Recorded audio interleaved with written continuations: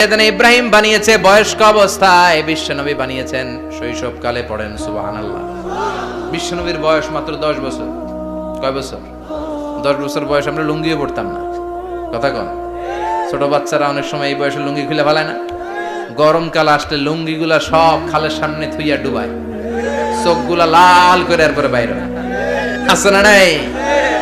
কিন্তু বিশ্বনবী লুঙ্গি খোলেন না, লুঙ্গি পড়ে থাকে।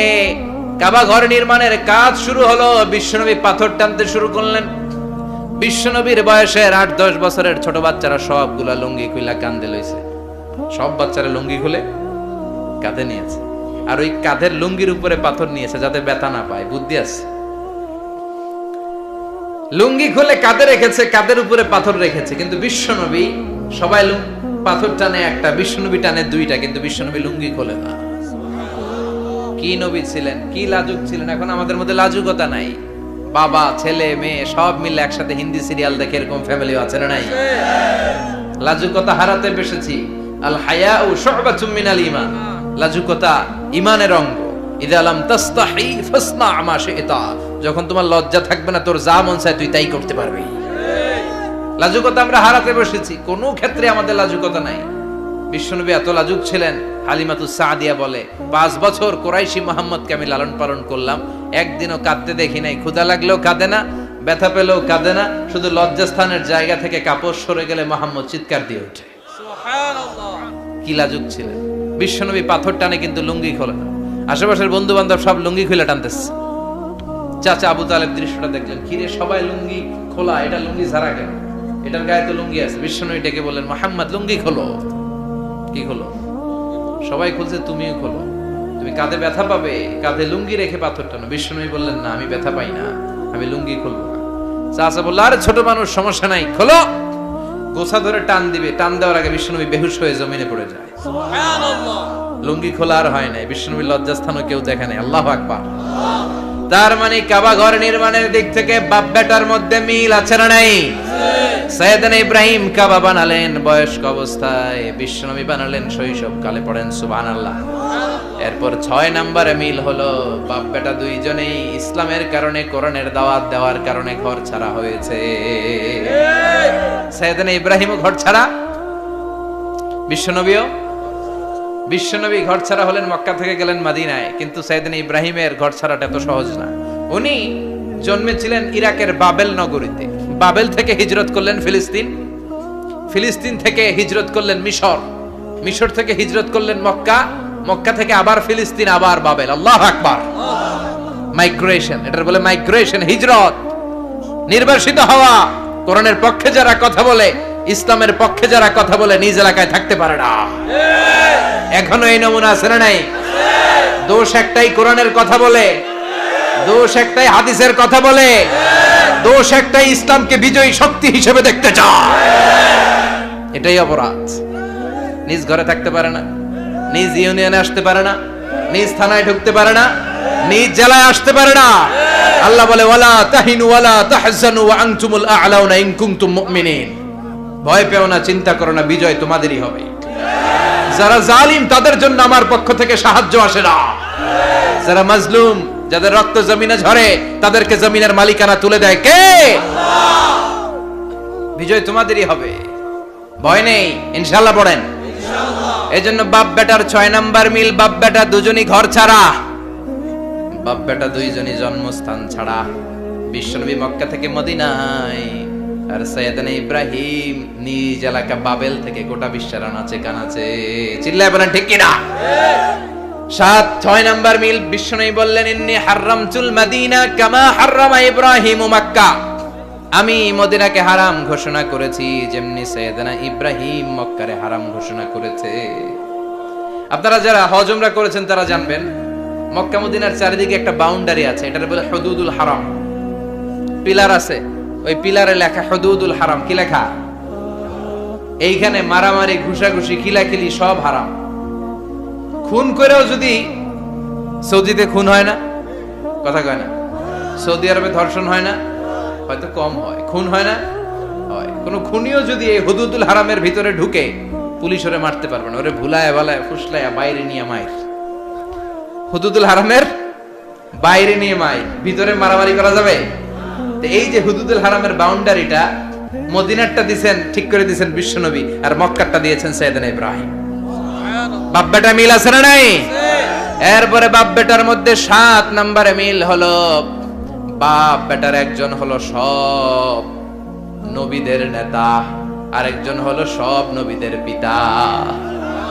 একজন সব নবীদের নেতা বিশ্বনবী, ঠিক কিনা? আর একজন সব নবীদের পিতা সাইয়েদনা। এই জন্য আমরা যখন শেষ বৈঠকে নামাজের শেষ বৈঠকে যখন সালাম ফেরার জন্য প্রস্তুতি নেই, তার আগে বাপ বেটা দুইজনের উপরে সালাম আছে না নাই? একটা দুরুদ আছে না নাই? দুরুদের নাম দুরুদে আল্লাহুম্মা সাল্লি আলা মুহাম্মদ ওয়া আলা আলি মুহাম্মদ কামা সাল্লাইতা আলা ইব্রাহিম ওয়া আলা আলি ইব্রাহিম ইন্নাকা হামিদুম মাজিদ। আল্লাহ সাইয়েদনা ইব্রাহিম ও তার বংশের উপর যেমনি রহমত প্রেরণ করেছেন, বিশ্বনবী ও তার বংশের উপর রহমত নাজিল করেন। আল্লাহুম্মা বারিক আলা মুহাম্মদ ওয়া আলা আলি মুহাম্মদ কামা বারাকতা আলা ইব্রাহিম ওয়া আলা আলি ইব্রাহিম ইন্নাকা হামিদুম মাজিদ। ও আল্লাহ, সাইয়েদনা ইব্রাহিমের বংশের উপর এবং তার উপর যেমনি বরকত নাজিল করেছেন, বিশ্বনবী ও তার বংশের উপর তেমনি বরকত নাজিল করে। দেখেন, দুইজনের কথাই আছে, বিশ্বনবীর কথাও আছে, সাইয়েদনা ইব্রাহিমের কথাও আছে। এই 7টা দিক থেকে বাপ বেটার মধ্যে মিল রেখেছে কে? সুবহানাল্লাহ। কি নবী ছিলেন! খলিল বললেন আল্লাহ। এই সাইয়েদনা ইব্রাহিম আলাইহিস সালাম ওনার জীবনে যখন যেভাবে যে মুহূর্তে যেই কথাগুলো বলেছিলেন, সবগুলো কথা কোরআনে তুলে ধরেছে কে? কথা কোন? পৃথিবীর কোন নবীর কথোপকথন, ডায়ালগ, কনভারসেশন এভাবে আল্লাহ তুলে ধরে নাই সাইয়েদনা ইব্রাহিম ছাড়া। সুবহানাল্লাহ পড়েন। যার সাথে যা বলেছেন, উনি ওনার নিজের সাথে কথা বলতেন, এই কথা কোরআনে আছে না নাই? উনি আল্লাহর সাথে কি কথা বলছে, কি ডায়ালগ মারছে, আছে না নাই? নিজের ছেলের সাথে কি ডায়ালগ মারছে, আছে না নাই? নমরুদের সাথে কি ডায়ালগ মারছে, আছে না নাই? ওনার গোত্রের লোকদের সাথে কি ডায়ালগ মেরেছে, ওনার বাবার সাথে কি কনভারসেশন হয়েছে, সবগুলো কথা কোরআনে কোট করে দিয়েছে কে? সুবহানাল্লাহ পড়বেন না? সাইয়েদনা ইব্রাহিম নিজের সাথে নিজে কথা বলতেন। নিজের সাথে নিজের বোঝাপড়া অনেক দরকার। আপনারা নিজের সাথে নিজে কথা বলেন না? বলবেন। নিজের সাথে নিজে কথা বললে অনেক কিছু বেরিয়ে আসে। আপনি আপনার মনকে জিজ্ঞেস করবেন, মন আপনারে ঠকাবে না। আপনার বিবেকটা আল্লাহর দেয়া অনেক বড় আদালত। এই আদালত কখনো আপনারে ঠকাবে না। চিল্লায় এখন ঠিক কিনা? নিজে নিজে বোঝাপড়া করবেন, চিন্তা গবেষণা করবেন, আল্লাহর দেয়া রেশনাল, আল্লাহর দেয়া কমন সেন্সকে কাজে লাগাবেন। আমরা আকল বলতে একটা কথা বলি না, এটাকে ইংরেজিতে বলে কমন সেন্স। কি বলে? Common sense is very uncommon thing. Common sense হচ্ছে এমন জিনিস যেটা খুব আনকমন, এটা অনেকের থাকে না। কথা কম। প্রত্যেককে আল্লাহ কমন সেন্স দিয়েছে। আল্লাহু আকবার। সাইয়েদনা ইব্রাহিম এই কমন সেন্স খাটালেন, ওনার বুদ্ধি বিবেক খাটালেন, চিন্তা করলেন, অনুসন্ধান করলেন, করতে করতে করতে উনি মহাসত্যের সন্ধান পেয়েছেন। চিল্লায় বলেন তো, মহাসত্যকে? মহাসত্যকে? উনি এমন একটা পরিবেশে এসেছেন, আমরা তো জন্মসূত্রে মুসলমান। আমরা জন্মগ্রহণের পরেই আমাদের কানে আজান দেয়, আমাদের জন্য আকিকা দেয়, আমাদের মাথার চুল ফেলে দেয়, আমাদের ইসলামিক নাম রেখে দেয়, আমারে মক্তবে ভর্তি করিয়ে দেয়, আমার হাতে কোরআন তুলে দেয়। একটা প্রিভিলেজ আল্লাহর খলিল ইব্রাহিম পায় নাই। নিজে বুঝে, নিজের মনের সাথে লড়াই করে, যুদ্ধ করে, গোত্রের লোকদের বিরুদ্ধে যুদ্ধ করে, প্রচলিত সমাজ ব্যবস্থার বিরুদ্ধে জিহাদ ঘোষণা করে তিনি ইসলাম প্রতিষ্ঠা করেছেন। এত সহজ না আমার ইসলাম আর সাইয়েদনা ইব্রাহিম খলিলের ইসলাম এক ইসলাম নয়। আমার ঈমান সাইয়েদনা ইব্রাহিমের ঈমান এক ঈমান নয়। চিল্লায় বলেন ঠিক কিনা? উনি যুদ্ধ করেছেন নিজের সাথে নিজে, বারবার লড়েছেন, লড়তে লড়তে তিনি আল্লাহর সন্ধান পেয়েছেন। উনি দেখতেন আশেপাশে চলে মাছের পূজা। আমরা আজান দেখি, মসজিদ দেখি, তাফসির মাহফিল দেখি, উনি দেখেছেন মাছের পূজা। উনি বাইরে দেখেছেন গাছের পূজা, উনি বাজারে দেখেছেন গরুর পূজা, উনি এলাকায় দেখেছেন মূর্তির পূজা। কিন্তু একটা তো ওনার মন বসে না। উনি দেখেন লোকজন আগুনের পূজা করে। কিসের পূজা করে? আবার পূজা শেষ, আগুনের মধ্যে পানি ঢেলে দিলে আগুন নিভে যায়। মাথায় ধরে না, কি রে আমার খোদা কই গেল হঠাৎ করে? এতক্ষণ তো ছিল। ধরে নিলাম ফর এন এক্সাম্পল আগুনটাই আমার খোদা, এতক্ষণ তো আগুন রে নম নম করতো, তো পানি দেওয়ার পর আমার খোদা গেল কই? প্রশ্ন আছে না নাই? দেখেন কিভাবে ইন্টেলেক্ট, রেশনাল, সৃজনশীলতার বুদ্ধিমত্তাকে তিনি কাজে লাগিয়েছেন। খেয়াল করেন, আমরা চিন্তা না করে সিলে কান্নে শেষ বিনা দৌড়, আছে না নাই? তো যাচাই করারও প্রয়োজন বোধ করি না, ভেরিফাই করার প্রয়োজন বোধ করি না।